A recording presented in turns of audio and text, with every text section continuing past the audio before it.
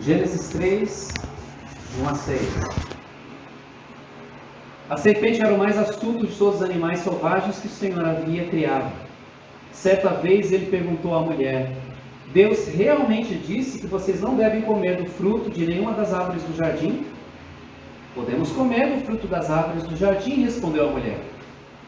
É só do fruto da árvore que está no meio do jardim que não podemos comer. Deus disse: não comam, nem sequer toquem no fruto daquela árvore.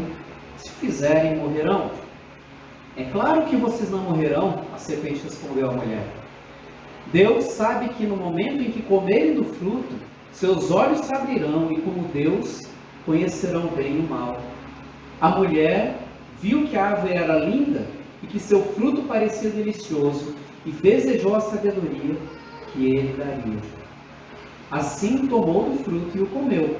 Depois deu ao marido que estava com ela e ele também comeu. Até aqui, por hora, o nosso texto. Nós temos celebrado o Advento de Cristo desde o domingo passado. E são 4 semanas que antecedem o Natal, a celebração do Natal. Esse ano o Natal cai no sábado, dia 25 cai no sábado, dia 26 é domingo. Mas nós sempre celebramos no domingo anterior. Para a gente não ter outras concorrências para esse tempo, porque é um tempo tão importante, a gente, como igreja, a gente tem celebrado os natais sempre no domingo anterior. E dos natais anteriores, até 2019, o Natal tinha um sabor diferente. Nós vamos conversar sobre o Natal escondido, primeiro episódio, como era para ser, mas já avançando para o nosso slide, os outros natais eram diferentes. Essa imagem que está à esquerda de vocês, no canto superior, é a Praça da Matriz da cidade de Atibaia. Feliz Natal! Então a gente chegava ali, tradicionalmente eu e minha família, nós vamos lá no centro, ver as iluminações, ver os enfeites ali na cidade, e era essa imagem. Para quem é um pouco mais experiente, não vou dizer antigo, mais experiente, sabe que esse prédio aí, azul, é lá em Curitiba, onde as crianças cantavam da janela todo o Natal. Tinha um coral de crianças cantando, era bonito.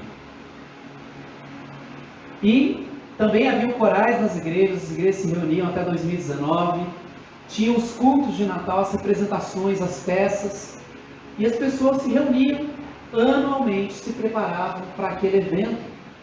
Mas, de repente, vem uma pandemia e muda tudo. 2020, nós não tivemos essas celebrações. Aliás, Atibaia ficou até triste, porque a gente ia lá no centro, não sei, Terra Preta, São Paulo, Extrema, né? Como é que ficou 2020? Você saía na rua, quase não via casas enfeitadas, as pessoas não tinham motivo para celebrar. Os netos não podiam ver seus avós, o contrário também não. As pessoas não podiam abraçar, as pessoas estavam com medo de adoecer. O Natal foi cancelado. Mas apesar do sentimento de Natal, essas coisas trazerem aquele sentimento de Natal, não sei para vocês, para mim, fala. Para mim dá um ar diferente. Parece que dezembro chegou, quando você vê as casas com as luzes piscando à noite, os enfeites. São símbolos, e símbolos são importantes, porque eles nos trazem à memória algo que tem significado. E o Natal, ele é provocado no nosso coração, o sentimento de Natal é provocado no coração por essas iluminações, por esses enfeites. Mas o Natal não é isso. O Natal, apesar de mexer com o nosso sentimento, o Natal não é isso. O Natal é muito mais do que isso. A essência do Natal não reside no presente que está ali, que a criança espera receber. Aliás, os primeiros sinais de Natal surgiram em meio a uma pandemia, sabia? Mas não de um vírus que adoecia simplesmente o corpo, mas um vírus que entrou no coração do homem, lá no Éden, lá no início da história. A história do Natal começa no primeiro livro da Bíblia. Às vezes a gente entende que o Natal, a história do Natal está lá nos evangelhos de Mateus, de Lucas, de Marcos. Ele não conta sobre o nascimento de Cristo, ele é muito resumido, não fala sobre detalhes, mas não se encontra no Novo Testamento. Aliás, para Deus existe um testamento só, a palavra dele. Nós aqui dividimos para reconhecer os períodos. Mas o Natal, ele começa em Gênesis, capítulo 1, e a gente percebe o ponto alto dele em Gênesis, capítulo 3, como já foi lido hoje. Havia um Natal. O Natal que a Bíblia descreve, ele tem relação com algo que era para ser, como era para ter sido.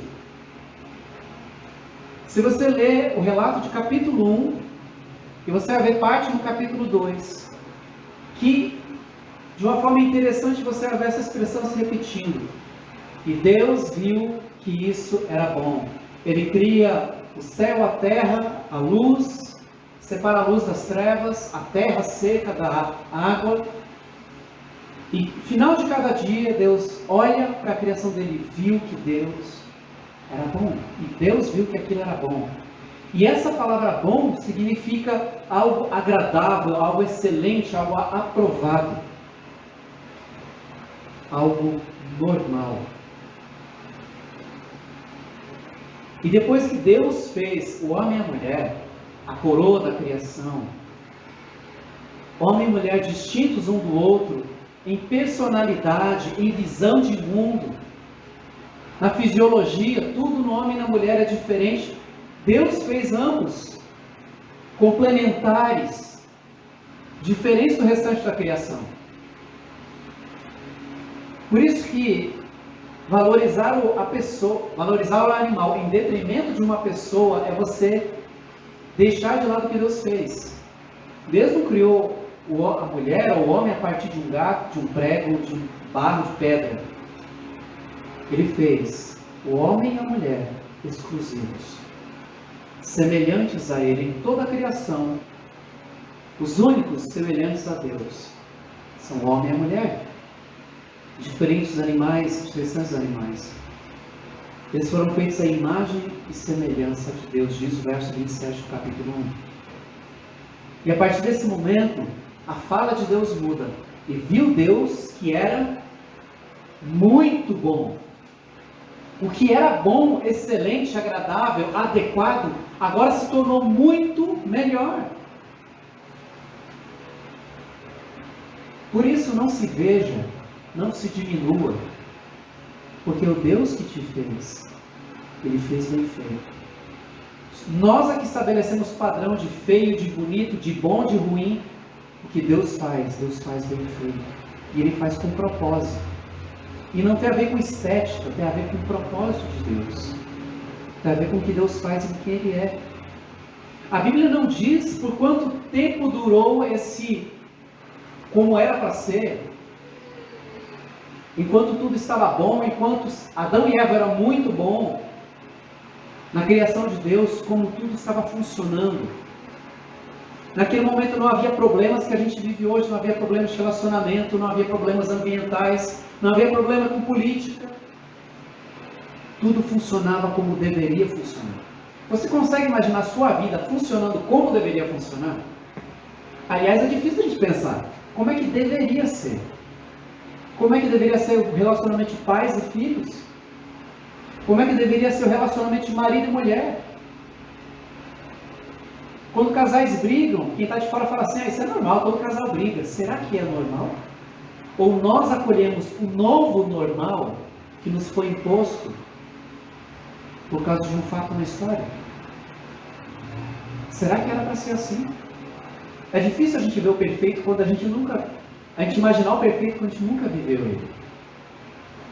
Mas aquilo que eles estavam vivendo era algo que qualquer casal, qualquer ser humano poderia desejar. Mesmo sendo tão difícil de imaginar como poderia ser. E então, no capítulo 2, que é um detalhamento do capítulo 1, falando especificamente de Adão e Eva, Deus dá uma tarefa para Adão. Deus dá uma tarefa para ele, antes de ir para a ordem, né? Deus dá uma tarefa para ele. Cuide do jardim. A sua tarefa é cuidar do jardim. Então, a primeira profissão foi o jardineiro. A tarefa de Adão era cuidar, cultive. Talvez se fosse dizer assim, seja ecologicamente correto, faça sua tarefa, cuide de casa. Mas junto com a tarefa, Deus também uma ordem. Deu também uma ordem, que foi essa. O Senhor lhe ordenou: coma à vontade dos frutos de todas as árvores do jardim, exceto da árvore do conhecimento do bem e do mal. Se você comer desse fruto, com certeza morrerá.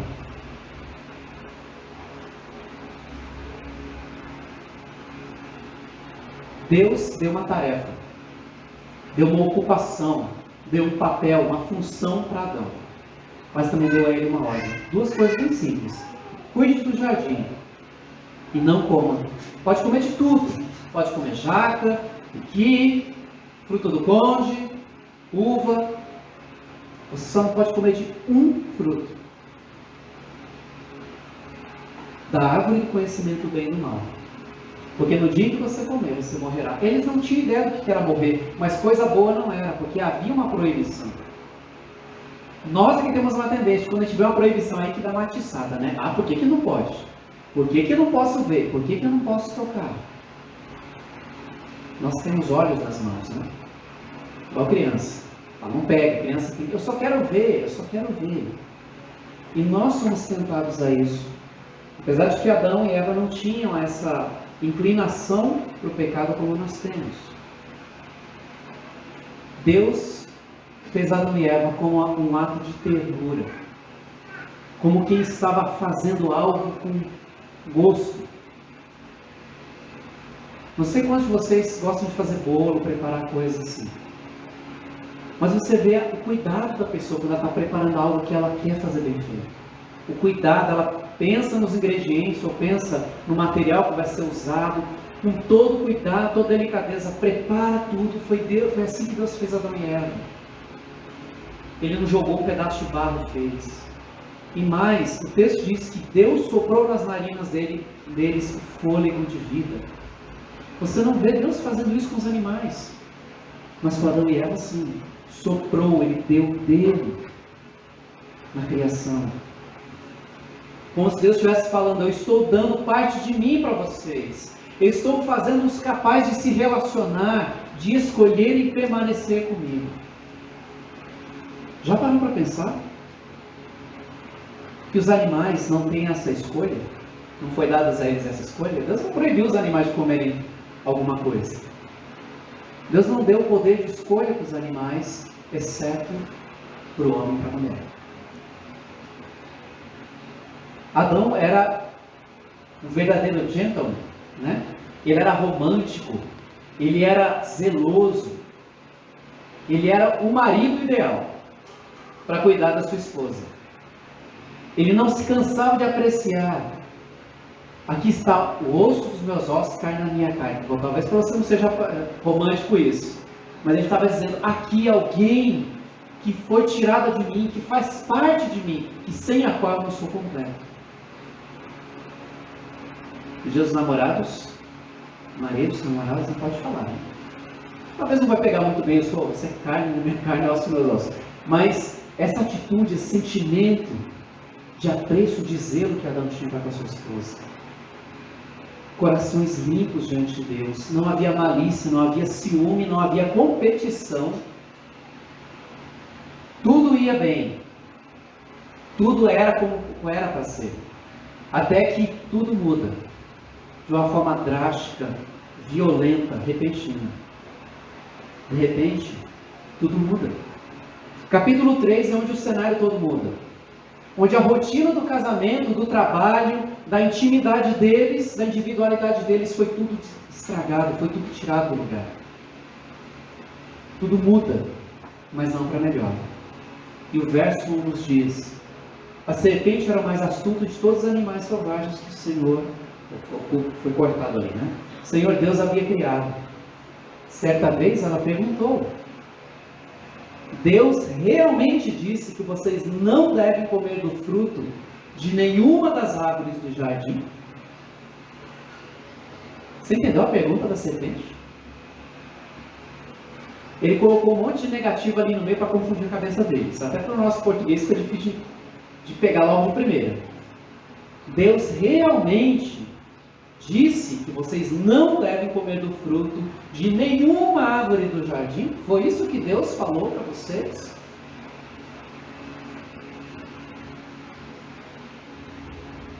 A intenção da serpente aqui era colocar dúvidas com respeito a dois aspectos. Em primeiro lugar, sobre o caráter de Deus. E segundo, a interpretação que eles tinham da ordem de Deus. Você quer confundir a cabeça de estudante? É só fazer a mesma pergunta com outras palavras. Ou quer esclarecer, né? Débora é professora, sabe disso. Você pode esclarecer ou confundir a mente de alguém quando você muda as palavras dentro de uma pergunta. E foi isso que Satanás fez. E ele conseguiu duas coisas aqui. Primeiro, ele jogou questão sobre o caráter de Deus. Será que foi isso mesmo que Deus falou? Que vocês não devem comer de nenhum fruto do jardim? Mas também sobre a interpretação que ela tinha. E nós vivemos isso todos os dias. Será que foi isso mesmo que Jesus quis dizer quando ele falou tal coisa no Evangelho? E aí alguém joga uma pergunta dessa e a gente fica balançado. Peraí, deixa eu ver se eu entendi mesmo. Será que é isso?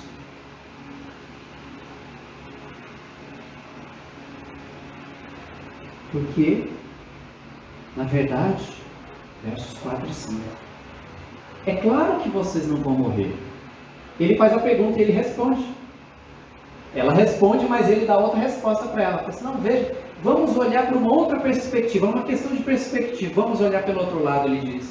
E diz assim, é claro que vocês não vão morrer. Primeira mentira, vão morrer se comer, mas ele disse, não vão morrer.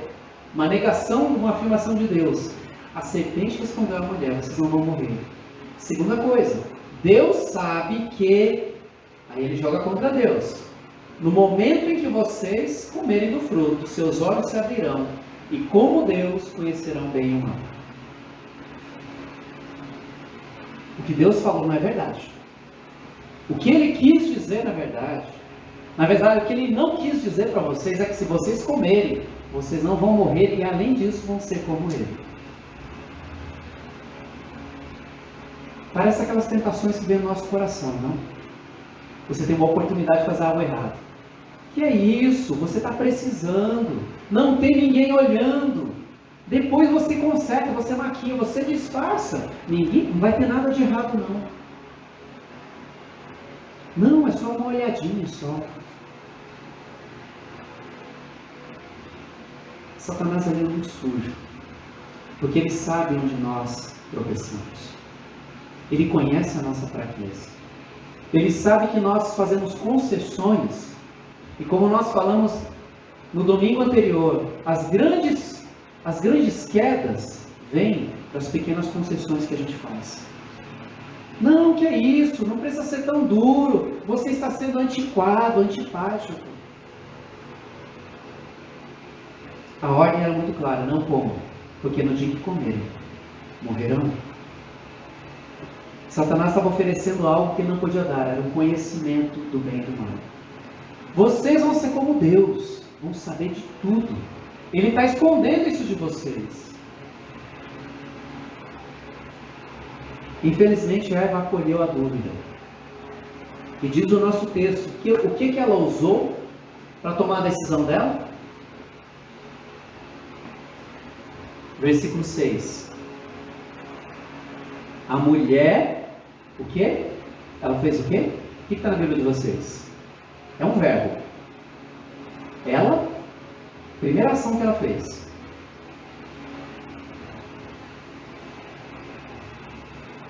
Alguém está com a Bíblia aberta aí, gente? Ela viu. Ela usou a percepção dela. Havia uma ordem que não precisava ver, não precisava ser provada, era entender e obedecer. Mas ela usou o quê? visão, ela viu, a mulher viu que a árvore era linda, apresentável, e que seu fruto parecia delicioso. Ela já começou a tirar a conclusão. E a terceira coisa, ela usou o entendimento dela, desejou a sabedoria que ele daria. Ela usou aquilo que Deus deu para ela usar para o bem, ela estava usando para dar atenção ao que o diabo falou. E ele sabe muito bem que nós caímos em muitas coisas que nós vemos, quando nós usamos, não estou falando, gente, que você ter fé significa você negar a razão, você negar a lógica, mas não é a lógica humana que determina os nossos caminhos. Porque muitas coisas que Jesus ordenou fazer eram fora de lógica. Alimentar uma multidão de mais de 10 mil pessoas com 5 pães e 2 peixes. Pedro andar sobre as águas. Encher um pote de água e levar para o dono da festa falando que é vinho. Eva caiu porque ela usou a percepção dela e não a fé. Muitas vezes nós caímos porque confiamos na nossa percepção, que é limitada. Quantas decisões nós já tomamos porque nós fomos pela nossa cabeça ou pela cabeça de alguém? Vai lá, faz! Eva caiu. E caiu feio. Como se Satanás estivesse dizendo, olha, a tranquilidade, a paz, vocês já conhecem, vocês não querem conhecer o outro lado? Por que não provar algo diferente? Por que continuar dentro da igreja se você pode experimentar coisas melhores lá fora? Você está cansado do seu casamento, você está cansado do seu trabalho, você ganha tão pouco, trabalha tanto, você merece mais. O melhor marqueteiro é Satanás. E aí, ambos comem do fruto, ela come primeiro, oferece, e o que acontece? Aí começa o estrago.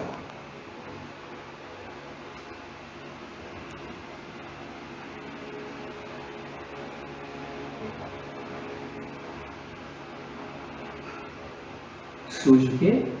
Primeiro, vergonha. Diz o verso 7, capítulo 3, que quando eles comeram, abriram os olhos, perceberam que estavam nus.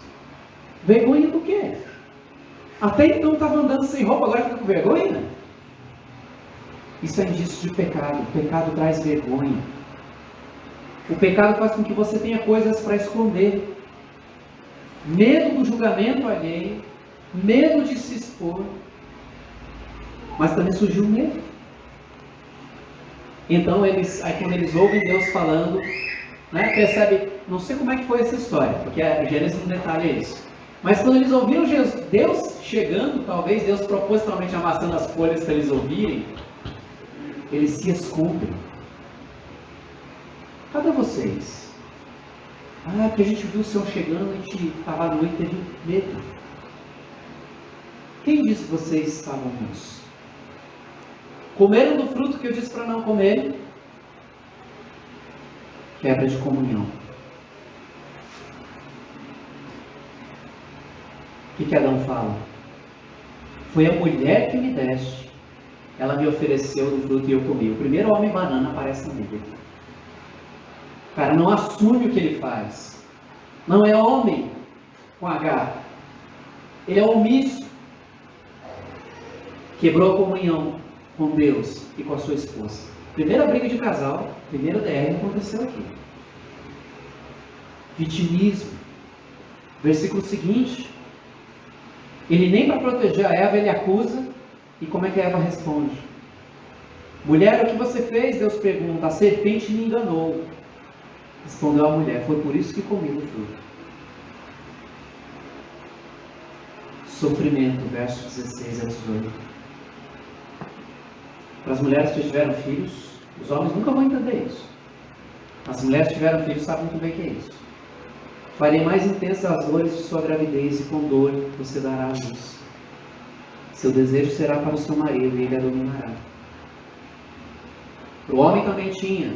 Uma vez que você deu ouvidos à sua mulher e comeu do fruto, Da árvore cujo fruto ordenei que não comesse, maldita é a terra por sua causa. Por toda a vida terá muito trabalho para tirar da terra seu sustento. Ela produzirá espinhos e ervas daninhas, mas você comerá dos seus frutos e grãos. Com o suor do seu rosto você lhe dará alimento. Sofrimento. E por fim morte física e espiritual. Até que volte à terra da qual foi formado, pois foi feito do pó e ao pó voltará. Tudo que era bom, tudo que era para ser bom, foi substituído pelo que é ruim e muito ruim. O que era fruto da obra de Deus deu lugar ao fruto da escolha do homem. A desobediência gerou rompimento e insatisfação, dor e morte. Eles deixaram Deus fora das suas decisões. Deus, da minha vida cuido eu, o dinheiro é meu, fui eu que trabalhei para conquistar, os filhos são meus, a mulher, o marido são meus. A vida é minha, Senhor. Parece o filho pródigo de Lucas 15, não? Me dei a parte que me cabe da herança. E foi para uma terra distante. Eles escolheram seguir suas próprias impressões. Eles ouviram o seu coração. Já ouviu muito disso, né? Ouça o seu coração, siga o seu coração. Muito cuidado. Se existe alguém tão traidor, é o nosso próprio coração. Não estou falando para você negar sentimento, negar percepções, mas não siga o coração. Adão e Eva seguiram. E frutos amargos eles escolheram, como nós também muitas vezes escolhemos, por escolhas nossas. Alguns vão jogar a culpa no diabo, mas foi o diabo que fez. Ah, mas foi o devorador que acabou com o meu salário. Muitas vezes somos nós os irresponsáveis com as coisas que Deus nos deu. Administramos mal. Nossas escolhas trazem danos. Quantas histórias tristes nascem de ouvir o coração, de querer se adequar à cultura moderna.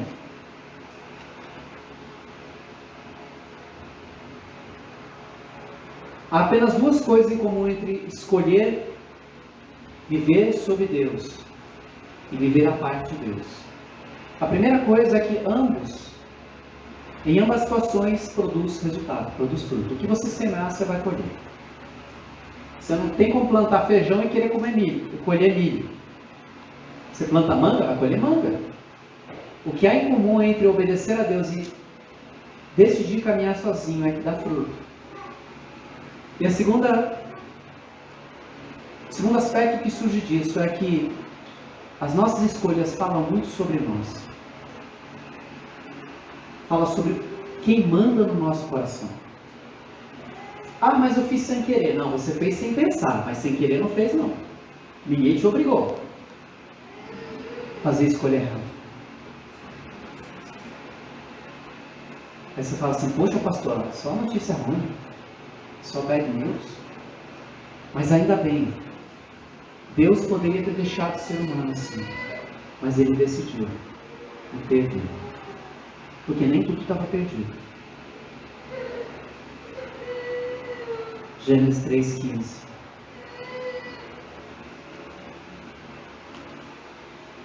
Farei que haja inimizade entre você e a mulher, Deus falando uma sentença para a serpente, na verdade para Satanás. Entre a sua descendência e o descendente dela, ele lhe ferirá a cabeça, e você lhe ferirá o calcanhar. Porém, inimizade entre você e a mulher. Uma luta constante no coração humano entre obedecer a Deus e fazer a vontade de Satanás.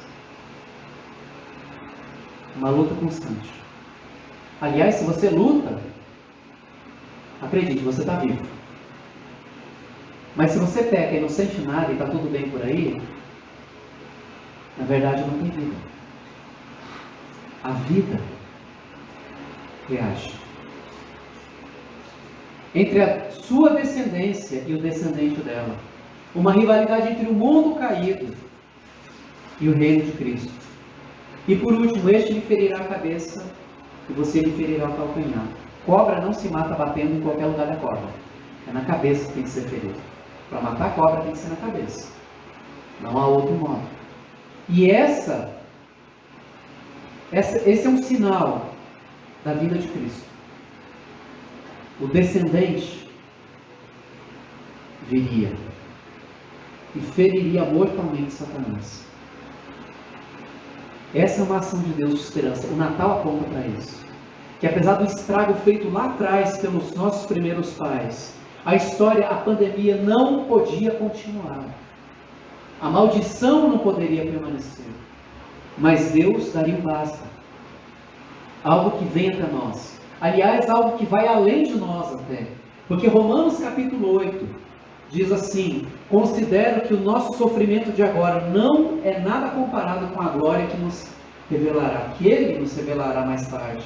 Pois toda a criação aguarda com grande expectativa o dia em que os filhos de Deus serão revelados. Toda a criação. A Amazônia, tudo. Toda a criação, não por vontade própria, foi submetida por Deus a uma existência fútil. Tudo nasce, cresce e morre. Na esperança de que, com os filhos de Deus, com aqueles que receberam a Cristo como seu Senhor e Salvador, a criação seja gloriosamente liberta da decadência e escraviza. Pois sabemos que até agora toda a criação geme como em dores de parto. O Natal celebra não apenas a redenção do homem do seu pecado, mas celebra a redenção de toda a criação para ser como deve ser. Se você olha a sua vida e fala assim, essa aqui a gente tem que aceitar, isso aqui é o novo normal. Não. A doença não era para existir, os divórcios não eram para existir, a separação entre pais e filhos não era para existir. Não era para existir uma igreja dividida. Não era para existir pobres, pessoas com fome.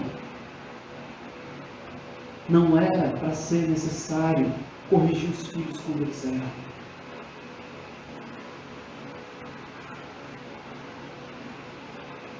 O Natal traz esperança de que tudo que foi transtornado será restaurado. De que a luta que batalhamos hoje, a luta que enfrentamos hoje pela nossa família, pelo casamento, por uma vida perto de Deus, tem sentido. Em Cristo e por causa dele, todos os efeitos do pecado um dia cessarão. A vacina está pronta. Se chama Jesus Cristo. Por isso, se você tem orado por alguém que está preso num vício, que está preso numa vida, que está se destruindo, não ore apenas pela libertação desse vício, mas ore para que conheça a Cristo. É dele que vem a libertação. Cristo veio e já trouxe esperança. Isso é Natal. Por isso, ainda que a gente não sabe, nós estamos há alguns dias ainda do Natal, mas é possível que nós não tenhamos Páscoa, reunião de Páscoa, no ano que vem. As cidades estão liberando o Carnaval. Estamos no mesmo cenário de 2019. Lá na Europa, o vírus aumentando, se multiplicando, e aqui no Brasil, o povo querendo pular Carnaval, querendo liberar tudo. Mas ainda que a pandemia se estenda, oramos para que não, isso não impede, nunca impediu e nem vai impedir o que Deus tem para fazer. Não é uma pandemia quem dita a ordem das coisas. É o Senhor Deus. Prometeu Jesus lá em Gênesis, que cumpriu no ano zero do calendário cristão e que vai completar na volta dele. E naquele dia, a gente vai olhar para trás e dizer, valeu a pena ter vivido com Cristo.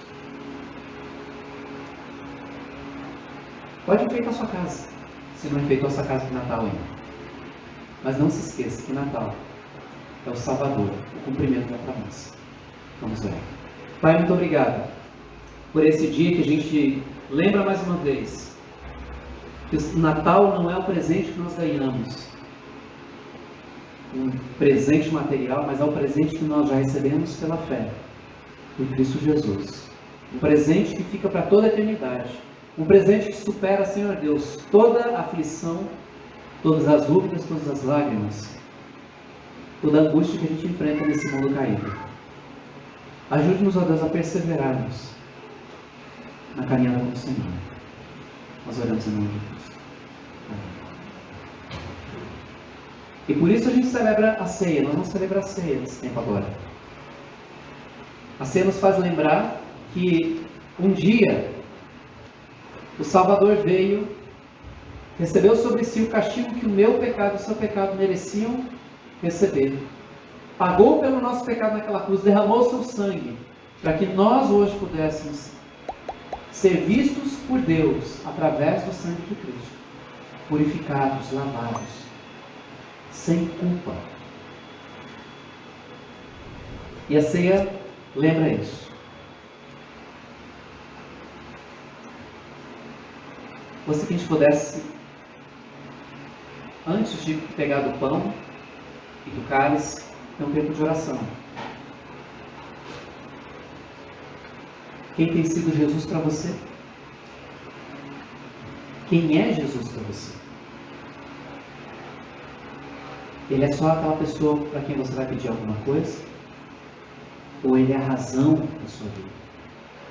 Ele é a única coisa que você não pode perder. Quem é Jesus para você? O apóstolo Paulo diz: antes de tomar do pão e do cálice, examine sua alma a si mesmo. Mas não é uma avaliação meramente, uma autoavaliação. Mas converse com Deus. Deus tem algo que eu tenho feito. Como eu tenho tratado as pessoas, tratado o uso desse corpo, de forma que não condiz com a tua palavra. Confessa ao Senhor, conversa com Ele.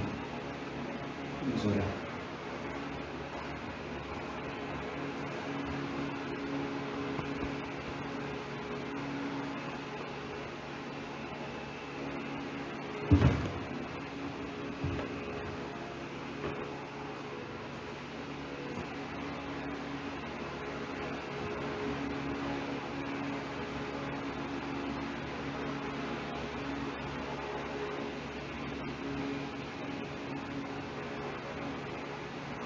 Senhor Deus, muito obrigado pelo sangue de Cristo derramado no nosso lugar, para a remissão dos nossos pecados, para nos lavar de toda injustiça.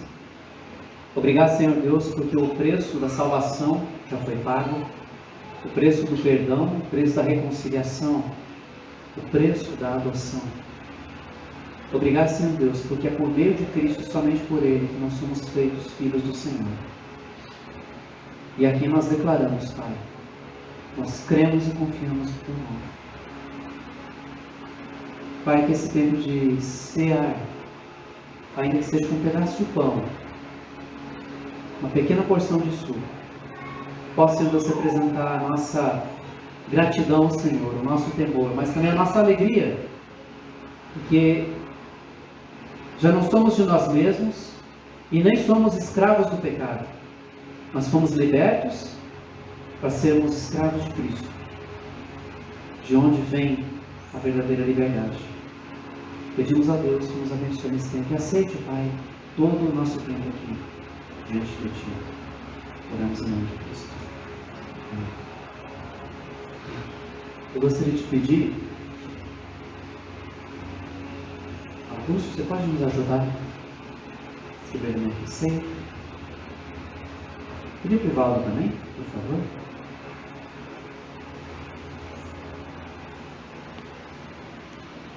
Vocês estão vendo que os pãezinhos estão em pedacinhos de guardanapo, né, para que você possa pegar o seu. Tá? Nesse tempo de pandemia, a gente está tomando todo esse cuidado. Por favor, Valdo, nós temos os pães. Você que já confessou a Cristo como seu Senhor e Salvador, e está claro para você, quero te convidar a ficar de pé, a participar da ceia. Mas se você não tomou a decisão de seguir a Cristo, não se constrange. Puxa, pastor, eu não vou poder participar. Nossa alegria, primeiro, é que você está aqui conosco. E segundo, é que quando esse passo de fé for dado, você diga assim: pastor, eu quero seguir a Cristo. Porque a ceia faz sentido para aquele que tem a Cristo como seu Senhor e Salvador. Não é religiosidade, é declaração de amor. Você não é menos porque não está tomando a ceia. O sangue de Cristo nos colocou todos no mesmo nível de necessidade da graça. E assim como a aliança de casado faz sentido para quem está casado, a ceia também faz sentido para quem já se casou com Jesus. Declarou: Senhor, a minha vida é tua.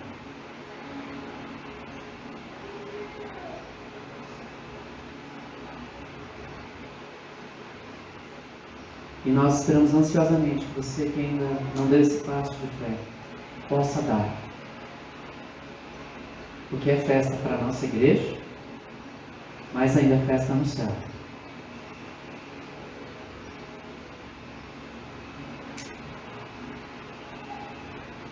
Vários irmãos não estão hoje aqui. Família Azul que não está. Ana Graça e Elisa não estão também.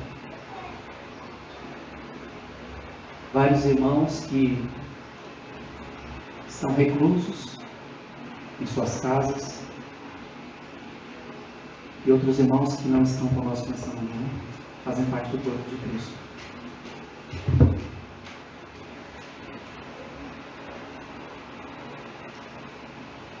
Nós sempre lembramos que a ceia poderia ser celebrada todo domingo. Porque todo domingo a gente precisa lembrar das suas promessas.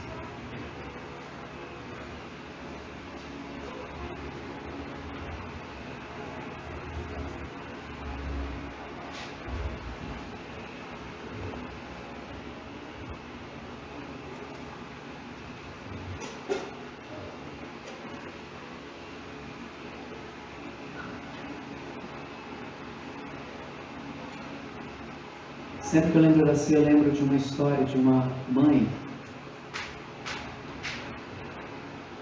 Eles se encontraram depois que não lembro se era um prédio, se era uma casa, a casa pegou fogo. E encontraram um sobrevivente só naquele ambiente. Era uma criança. E aquela criança sobreviveu porque a mãe se colocou, abraçou aquela criança e deixou-se queimar para proteger o filho.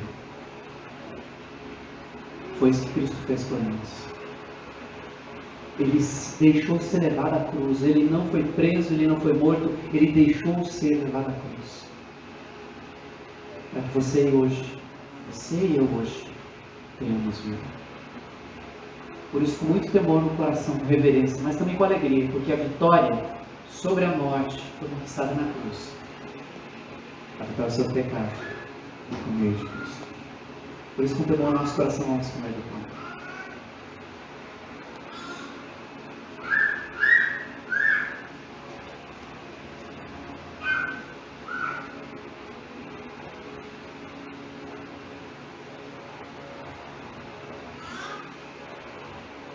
Também com a mesma atitude, mesma postura, vamos tomar juntos.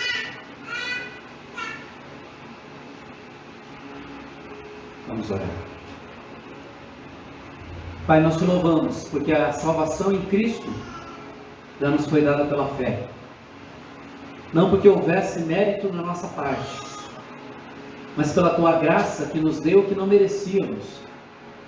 E nos poupou pela tua misericórdia do que merecíamos receber. É que nós somos salvos por meio de Cristo. Obrigado, Senhor Deus, pela comunhão que nós podemos ter com o Senhor e também uns com os outros. Comunhão essa, registrada, Senhor Deus, no livro da vida, escrito com o sangue do Cordeiro, por meio dos cravos que feriram suas mãos e pés, para que nós pudéssemos ter acesso direto ao Pai. Te louvamos, Senhor Deus. Oramos em nome de Cristo.